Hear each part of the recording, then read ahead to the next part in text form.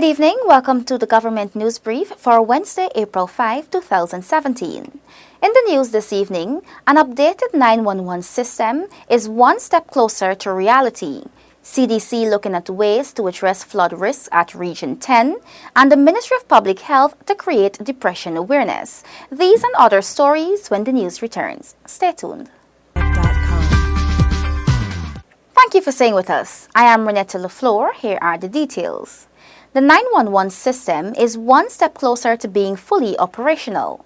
Isaiah Braffett tells us more. Minister of Public Security Kemraj Ramjatan says that clearance has been given to Digicel Guyana to ship the 911 equipment into Guyana. The 911 emergency system has been beset by several problems over the last decade or more. Digicel got won the contract for purposes of getting the equipment to be installed at Brickdown. And I think the arrangements have already been made with the PS for the monies to be given to them to get the equipment in. The minister says that once the equipment is here, the 912 and 913 numbers will be merged with the 911 number to have one cohesive emergency calling system. That is supposed to be taken care of all in that piece of equipment. That will be merged there. And we have to get GT&T to do a piece of a distribution line onto the police station. That is what the technical people have been telling me. We have to get some better transmission lines to where that set of piece of equipment will be brought in at Breakdown. Because there was some problem with the lines and also problem with the equipment, and that will be resolved in and around the time when the equipment comes in. Minister Ramjatan says that officers have already been trained on taking emergency calls. Some $250 million was allocated in the 2017 national budget for the setting up of the 911 phone lines. It was announced recently by Minister of State Joseph Harmon that Digicel has been awarded $27 million contract for the installation of the 911 Business Solution Emergency Contract. It is hoped that the intervention will resolve many of the problems experienced by persons attempting to use the 911 emergency line. Isaiah Braffett, Government News Brief.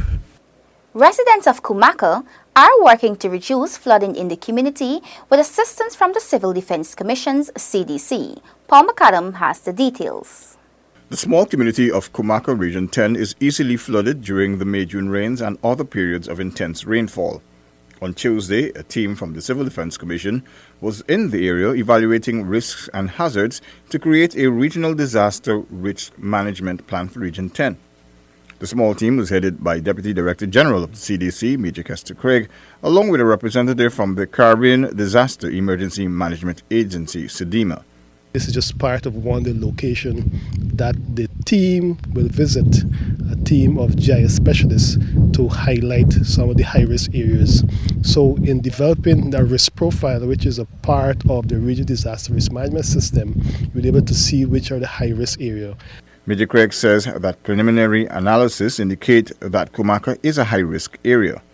This factor, he explains, could see it being targeted for the establishment of a community-based disaster risk management committee that will work to minimize the impact of flooding. The risk of flooding in the community is compounded by erosion.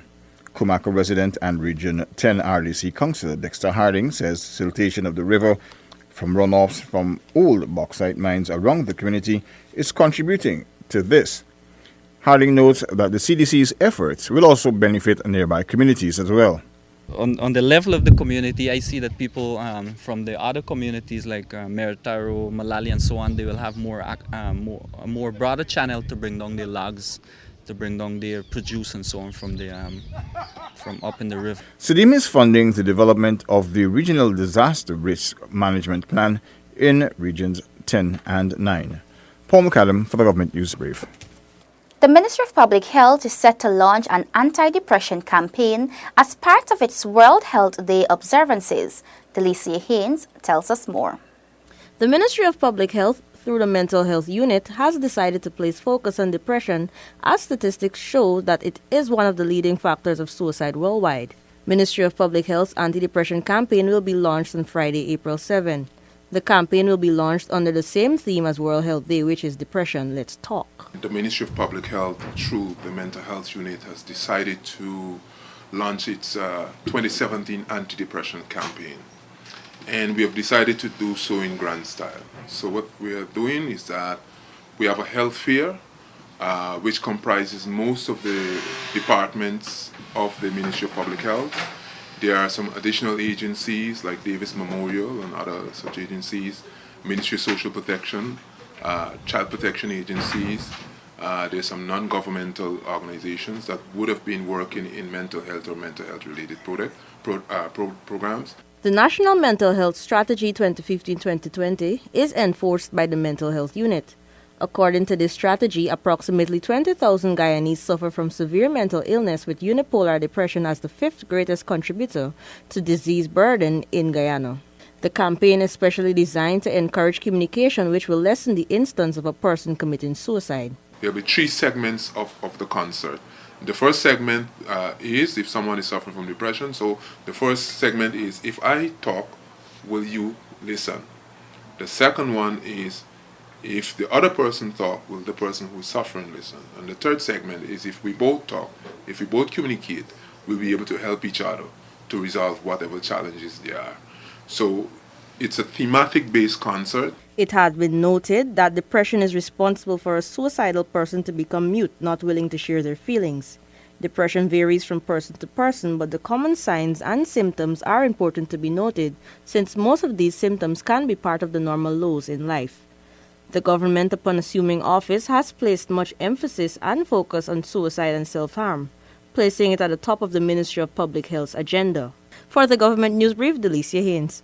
The Ministry of Public Infrastructure is working to complete the rehabilitation of the Lilian Bridge before the initial deadline of July 2017. Details in this report. In early March, works commenced on the Lilian Bridge on the railway embankment to prevent a collapse of the bridge. Permanent Secretary at the Ministry of Public Infrastructure, Jeffrey Vaughan, says that efforts have been intensified to complete the repairs before the end of June. The works on the Bridge is moving the pace. We were hoping that we should wrap up before the time span, which is in July, but we will finish, let's say, before June. We expect to wrap up.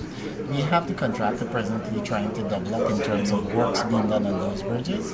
So once all goes well, the expected completion time based on the contractor's work program is expected to bring it in early in June. Vaughan explains that the bridge, which had shown signs of imminent failure, is being converted to a pre-stressed concrete structure. He adds that they are working to upgrade other bridges on the railway embankment to a similar structure. We have been changing out most of the designs on the railway embankment. As you would have known, that most would have been aquaponics, and that has been going over years. So we are changing out a few of them.